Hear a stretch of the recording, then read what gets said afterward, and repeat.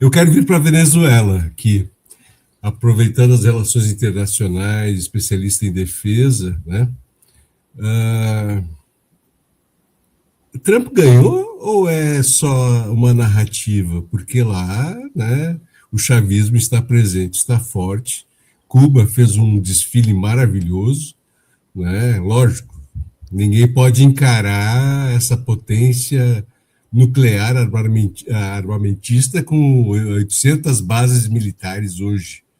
Mas essa ação de sequestrar o Maduro, né, e cantar vitória e dizer que agora manda na Venezuela, lógico, a Venezuela sempre quis negociar com os Estados Unidos, ela sempre teve relação com os Estados Unidos. Quer dizer, eles voltaram a falar o que a Venezuela queria. Quem ganhou nisso? Tá. O que acontece, tá? Ô, Pedro, dentro da ação... Pedro, me permite só, dentro disso que o Mohamed colocou, eu estava elaborando uma pergunta aqui, e eu não sei se eu tenho uma visão muito otimista, né, para nós aqui do Sul Global, da América Latina, ou se eu sou muito ingênuo, né, mas eu concordo com todas as exposições que tu fez, mas na minha visão, essa política do Trump, tanto externamente como internamente para os Estados Unidos, é um fracasso completo, né? Pelo que eu tô vislumbrando, né? Internamente, o que a gente está assistindo? Uma sociedade que já era doente, né? Antes do Trump. Na minha visão, pelo menos, a sociedade estadunidense tem valores completamente pervertidos e o Trump está fortalecendo isso, está embrutecendo ainda mais uma sociedade que já é brutalizada e violenta ao extremo, né? E como o Dias-Canel colocou muito bem no discurso dele lá na Praça Martí, na homenagem aos 32 caídos, ele diz que os cubanos não são anti-imperialistas por manual, né? Ele diz que é o imperialismo que tornou os cubanos anti-imperialistas. E eu acho que todos nós, eu acho que cada vez mais a população mundial vai fortalecendo essa ideia do anti-imperialismo. A gente está vendo isso acontecer no Irã, na Venezuela, em Cuba, aqui no Brasil, que não se falava mais em imperialismo aqui no Brasil, e voltou essa palavra para o nosso dicionário, né? Então, eu estou equivocado ou é um grande fracasso, tanto internamente quanto externamente, essa política aí do Donald Trump? Sim. Tá. Primeiro, a pergunta do Luiz Portinho, que bate no ponto interno, depois eu consigo vir para o externo e para o ocorrido nessa operação norte-americana. Tá? Para os parâmetros daqueles que entendem que uma sociedade deve se basear pelas pessoas terem um mínimo de condições de sobrevivência, um mínimo de acesso a serviços públicos, para a partir disso fazer alguma construção de vida, de patrimônio, seja lá o nome que vai se dar a esse desenvolvimento econômico de cada pessoa, de cada família, os Estados Unidos, sim, dá para pontuar aqui, ó, uma sociedade que tem uma parcela gigante da população a nível de miséria, e ao mesmo tempo diz que é a maior potência econômica e política do mundo, tem algo que não está certo. Tá? A questão é que os Estados Unidos não veem isso como fracasso. Eles, como tu bem mesmo trouxe, eles têm uma visão de mundo distorcida. Eles entendem que desse mar de fracassados vai surgir, vai ser quase que o combustível do desenvolvimento do meio de vida deles. Porque eles entendem que se de um mar de miseráveis surgir duas pessoas que por qualquer motivo, legal ou ilegal, ascenderam na vida e cresceram economicamente, para eles vai ser suficiente para validar o sistema. Então, de certa forma, os Estados Unidos, ele acaba sendo, de certa forma, um pombo em jogador de xadrez. Ele vai derrubar as peças, fazer cocô em tudo e dizer que ganhou o jogo. Então, eu não digo que é questão de ver se fracassou ou não, é sobre qual prisma eu vou dizer que ele fracassou. Para quem acredita que o que o ser humano vem para fazer na Terra é muito mais do que satisfazer stakeholders e etc., sim. Para quem acredita que a vida humana é mais que isso, sim, os Estados Unidos não é um exemplo, muito pelo contrário. Mas na visão deles, distorcida, eles entendem que eles são um exemplo a ser seguido. Muito também porque eles se veem mais com os olhos do passado deles do que com o atual presente deles.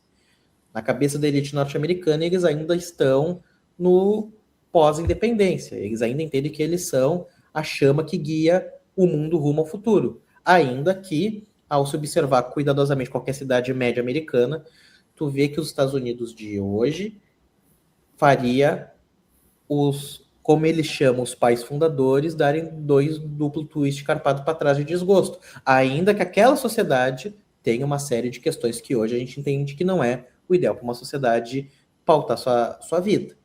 Tá? Não sei se eu consegui dar um direcionamento nessa primeira pergunta, Luiz.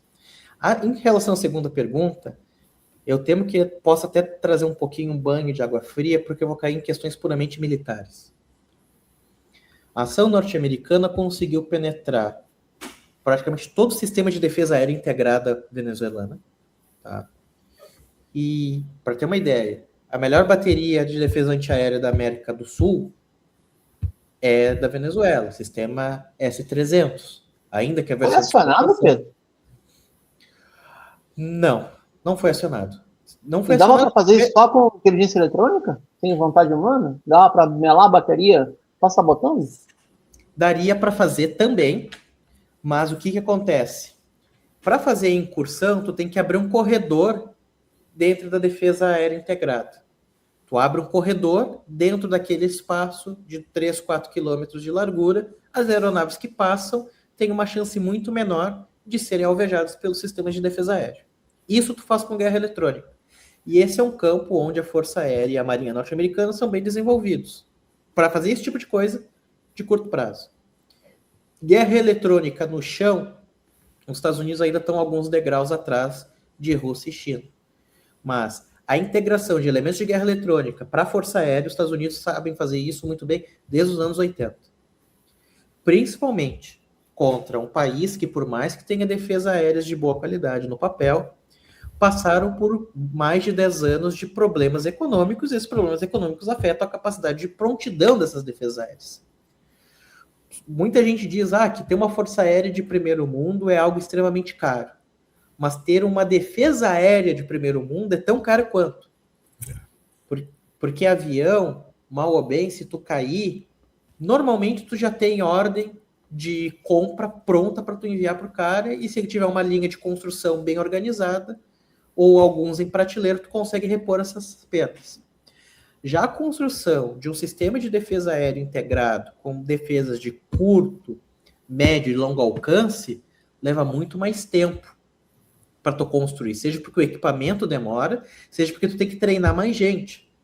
Para ter uma ideia, para operar um lançador de S-300, eu preciso de pelo menos de 4 a 8 pessoas. Ô Pedro, Oi. Deixa eu trazer aqui um pouco a conversa para o nosso cotidiano. Você deve ter visto algumas fotos a partir de janelas de civis do ataque aéreo no Forte Tiúna, pelo menos. Eu vi 5 de ângulos diferentes. Inclusive do apartamento que a pessoa conhecida em Caracas. Sim. Desses ângulos não saíam RPG, não saíam míssil terra-ar, igual se utilizava naquela missão? Poderia sair. A questão é que aí vai para o segundo ponto. No momento que tu abre o corredor aéreo, tu chega no local que tu quer chegar. Tá? Se tu não se desviar desse corredor, tu não vai ter grande chance de ser atacado por essa linha de defesa integrada. Mas se tu tem tropas de prontidão, elas conseguem fazer ataques de oportunidade. Aí tu cai no segundo problema, que é que como é que tu vai ter... Porque assim, a Venezuela mobilizou as suas unidades de reserva e também as suas unidades de milícia popular. Milícia popular no termo estritamente militar. Como no Brasil a gente teve esse incidente recente, é bom deixar clara essa definição. Tá? Esse pessoal não estava na rua. Porque da maneira que o governo venezuelano estava dizendo, se entendia que teria essa defesa antiaérea integrada e entre elas tu teria um mar de unidades de infantaria fazendo patrulhas, fazendo rondas. Em tese, tu teria linhas de defesa de infantaria, seja para proteger os pontos-chave, os quartéis-chaves, seja para manter a ordem nas ruas. Serviria para esses dois papéis.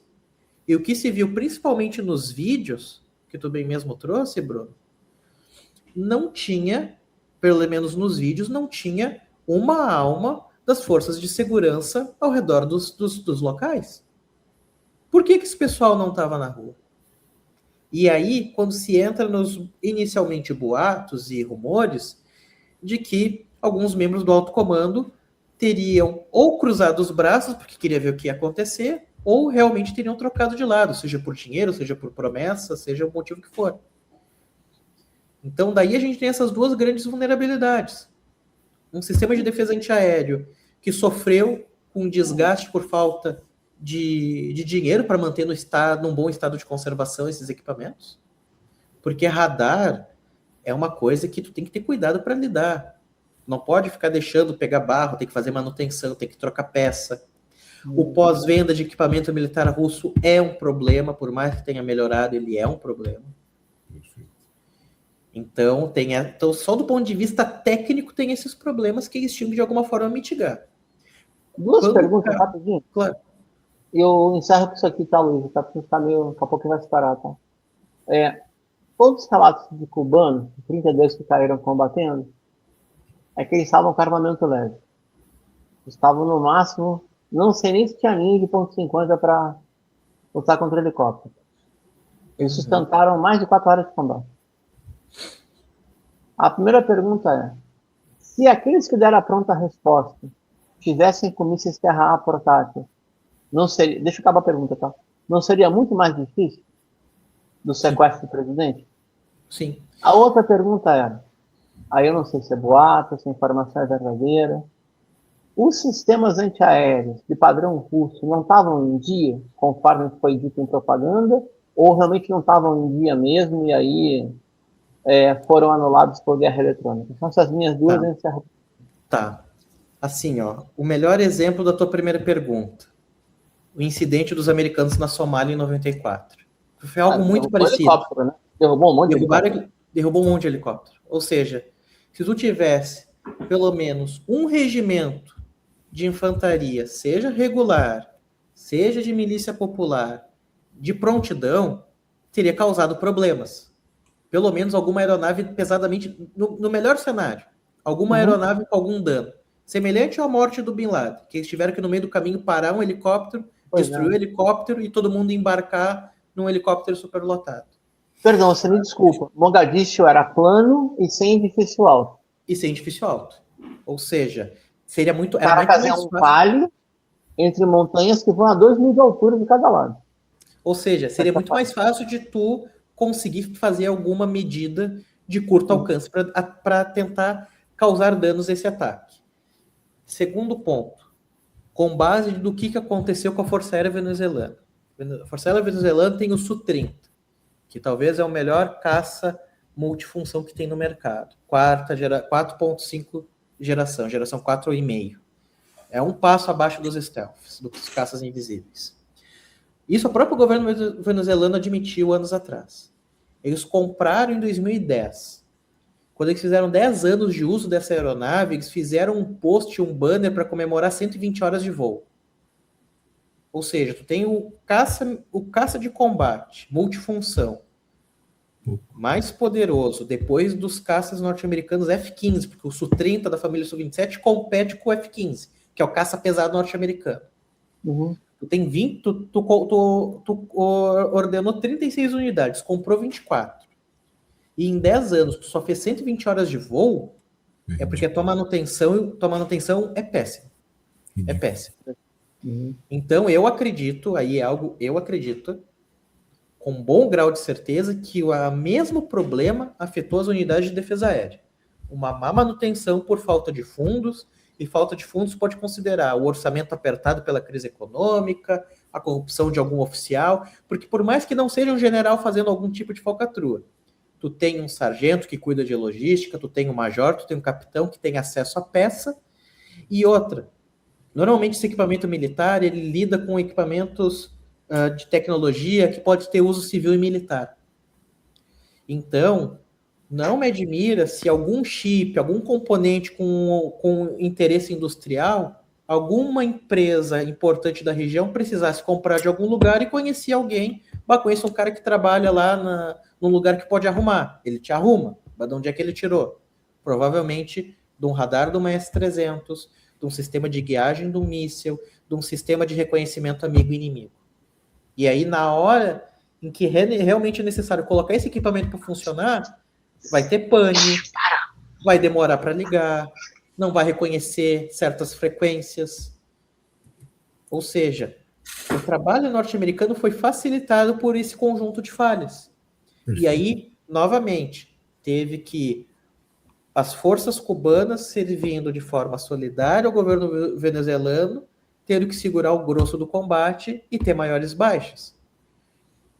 Porque o que acontece? Ainda que no combate de quarto fechado, todo mundo esteja de fuzil e metralhadora leve, para esse cara chegar no ponto com a força invasora para descer o helicóptero, eliminar qualquer defesa externa, entrar dentro do complexo e sair atirando e matando quem está encontrando no meio do caminho, tu teve um conjunto de falhas, omissões muito grande.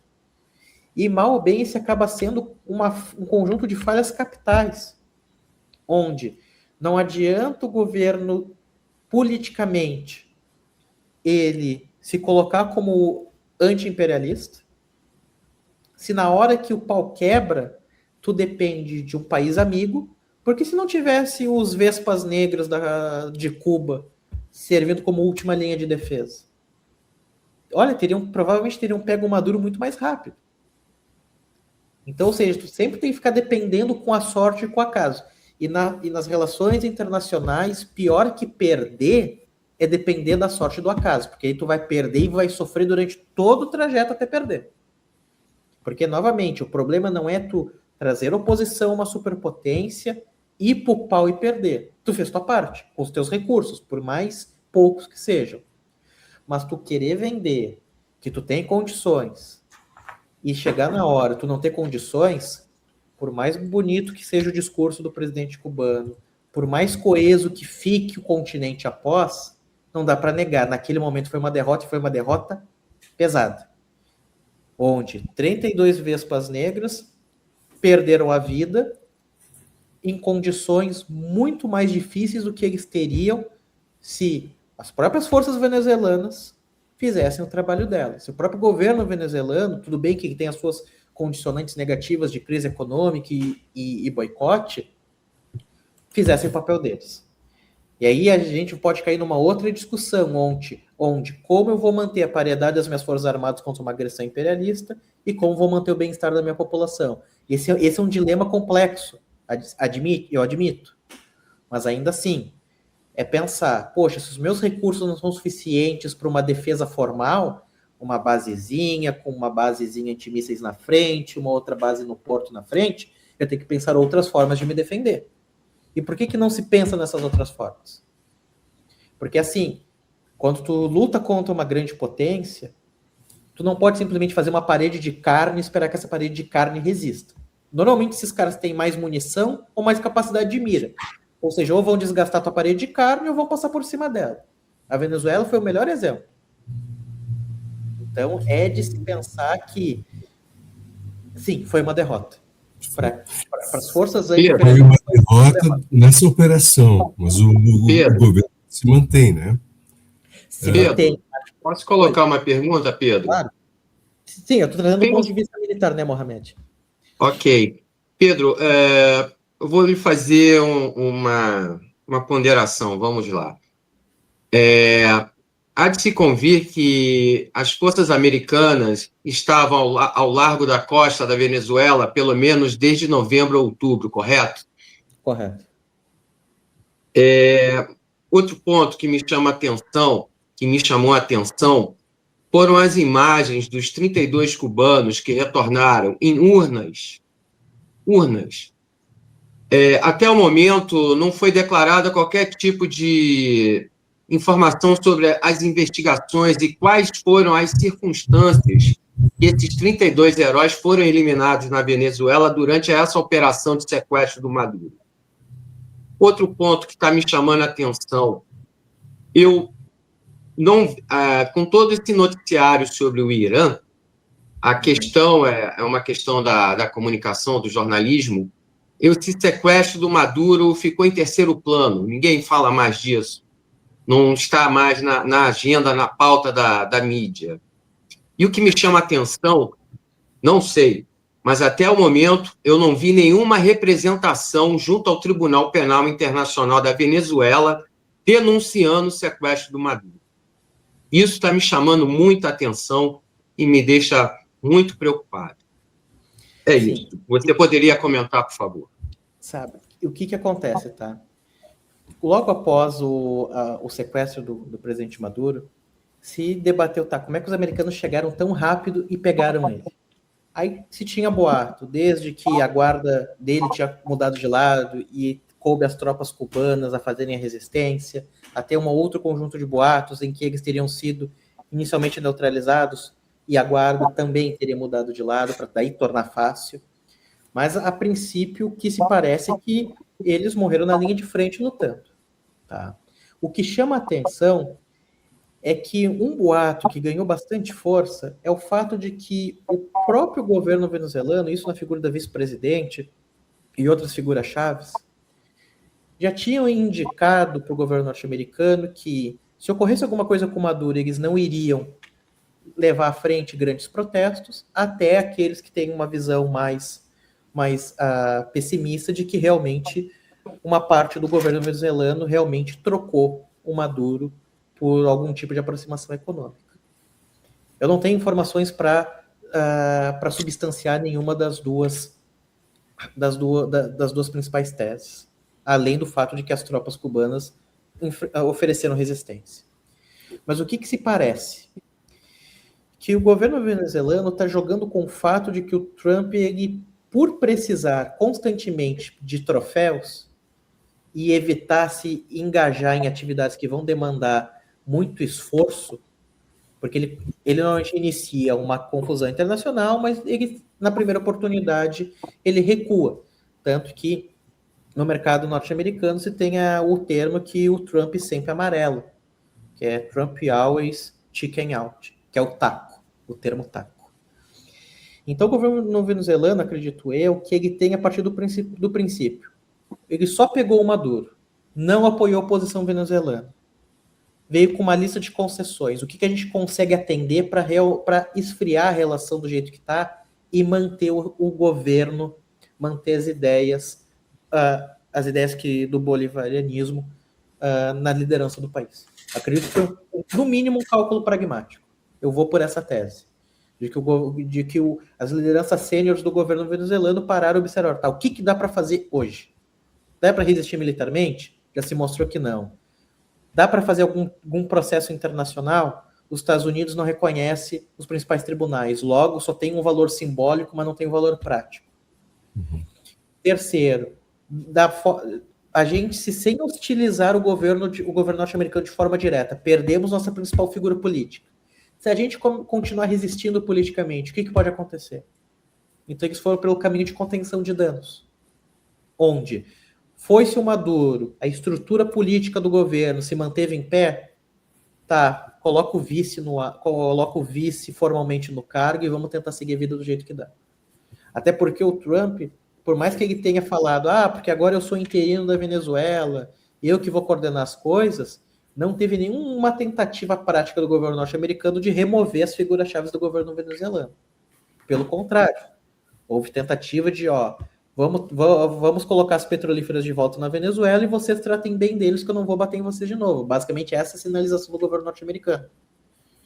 Então, é de se observar se no médio prazo vai se manter essa, digamos, detente entre os Estados Unidos e a Venezuela após a captura do Maduro.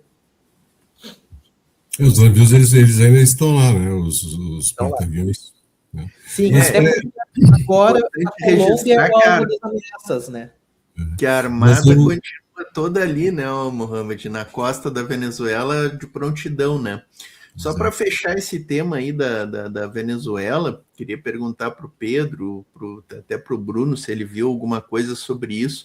Começaram a circular aí alguns boatos de que os Estados Unidos teriam tido algumas baixas, né, também no bombardeio, que não teria sido o que o Trump disse, né? Existe alguma possibilidade de ter acontecido isso, de terem morrido alguns alguém das Forças Armadas estadunidenses, né? Se falou de um helicóptero que teria sido danificado. alguma chance disso ter acontecido? Bruno, não sei se tu quer falar, eu posso falar. Gente, eu até queria pedir licença, meu telefone tá fervendo aqui, igual uma chaleira. E sem ele eu não consigo trabalhar, então queria fazer essa intervenção aqui e já me despeço, tá? Eu vi circular em vários grupos da esquerda brasileira números e dados que não me pareceram nada irreais. Até agora eu não vi confirmação. A gente tem a confirmação de 32 heróis cubanos que caíram em combate e, se não me equivoco, mais 47 venezuelanos, há pouco mais de 100 pessoas que caíram em combate entre a guarda presidencial e as duas primeiras linhas cubanas. Eu não sei se alguns dos defensores cubanos e venezuelanos estavam usando algo além de armamento leve. Me parece que estavam usando apenas armamento leve. Também li relato muito sério hoje de que sobreviventes do combate disseram que parecia que os atacantes sabiam exatamente onde eram as guaritas, as casas-matas, os postos de contenção. E por treinamento, o pessoal que sobreviveu não estava no local determinado. Tá? E por isso eu acredito nas baixas dos gringos, porque já que houve essa antecipação, né, quem estava defendendo não ficou no local determinado por entender que eles poderiam estar já ou com inteligência eletrônica ou cantados, a posição estava insegura. E um combate que dura 2h30, 3, não ter reforço quer dizer muita coisa também. Vamos ser sinceros aqui entre nós. Só de general, a Venezuela tem 3.000. Vai ter uns 500 em Caracas, porque está na capital e prêmio. Eu saiba, não caiu nenhum general em combate, nem ferido foi. Então não combateu. Não se tem uma imagem, Bruno. Não, mas beleza, Cadê André, essa imagem? Peraí, deixa eu fechar aqui. Eu, Bruno, li os relatos dos cubanos, vi os enterros dos cubanos e vi os enterros dos venezuelanos. Tá? Eu não acredito que ninguém seria irresponsável ao ponto de enterrar com um parente do lado, ao ponto de falar que... porque isso tem sobrevivente do combate, André. Não tem imagem, mas tem relato. Tem sobrevivente do combate. Só vou fechar meu raciocínio aqui. Eu também não acredito em coincidência, né, André? Não é possível que a primeira foto do ataque tenha sido da Reuters, numa janela que só a Reuters tinha, pertinho do Forte Tiúna, e não foi atingido. Agora, de novo, se tem sobrevivente dos combates, os combates duraram até 3 horas, não tem nenhuma baixa do lado invasor, não me parece realista. Pedro mesmo falou, eu vou encerrar com isso. Quando foram eliminar o Bin Laden, dentro do Paquistão, que é um país armado até os dentes, chegaram de forma imperceptível abaixo dos radares, foram 4 helicópteros e voltaram 3. Teve helicóptero que caiu, teve gente ferida por acidente, barbeiragem dele mesmo. Então não é possível que durante 3 horas de combate ninguém tenha tido baixa nenhuma. Ah, a proporção é pequena? A proporção é pequena. Mas alguma coisa teve. Eu encerro por aqui, tá? Eu realmente preciso sair porque eu tô com o telefone fervendo de um jeito como nunca antes na história do meu celular. Eu sou craque em queimar celular e tá sem trabalhar por ali. Tá bom, peço mil desculpas, mas eu não tenho o que fazer, porque o bicho aqui tá fervendo mesmo. Tá Valeu, bom, Bruno. pessoal? Obrigado, boa noite. Obrigado, Daqui a Bruno. pouco. Boa noite. Imagina. Boa noite. Então, tá. Da minha parte, o que eu consigo trazer, tá? Que tem o relato de feridos dentro das forças norte-americanas, as mortes, se houveram, além do fato de serem numa proporção menor do que os defensores, eles vão abafar o máximo possível. Uma coisa que pode se observar, quando, por exemplo, morreu alguns oficiais norte-americanos na Ucrânia, eles começaram a colocar: morreu um general que estava de folga, morreu um major que estava de folga e foi esquiar e caiu, morreu algum capitão que caiu de escalada. Ou seja, nos próximas semanas e meses, pode aparecer alguns relatos de oficiais de média patente, baixa patente, que faleceram em condições que não seriam comuns para militares fisicamente ativos, como queda em escalada, acidente de carro, ou seja, essas mortes vão ser camufladas, principalmente para manter a percepção de que a operação foi limpa, porque o público norte-americano ele é sensível à baixa, principalmente se tu consegue ver o rosto e saber que aquela pessoa tem um pai, tem uma mãe, tem uma família. Tá? Então, os Estados Unidos tomou as medidas para disfarçar ao máximo. O que eles trouxeram a público? Que eles tiveram de 6 a 12 feridos. E que os danos dos helicópteros era simples, era basicamente marca de bala que foi atirada em direção ao helicóptero. Mas ainda assim não a ponto de causar um dano que inviabilizasse o uso desse helicóptero. Mas a gente só vai conseguir ter algum relato mais factível quando algum envolvido nessa operação se aposentar ou for participar e a partir de alguma história muito estranha virar filme. Aí é que a gente vai ter acesso de maneira mais substancial ao que ocorreu nessa noite. Mas que tem vários pontos de interrogação, isso tem.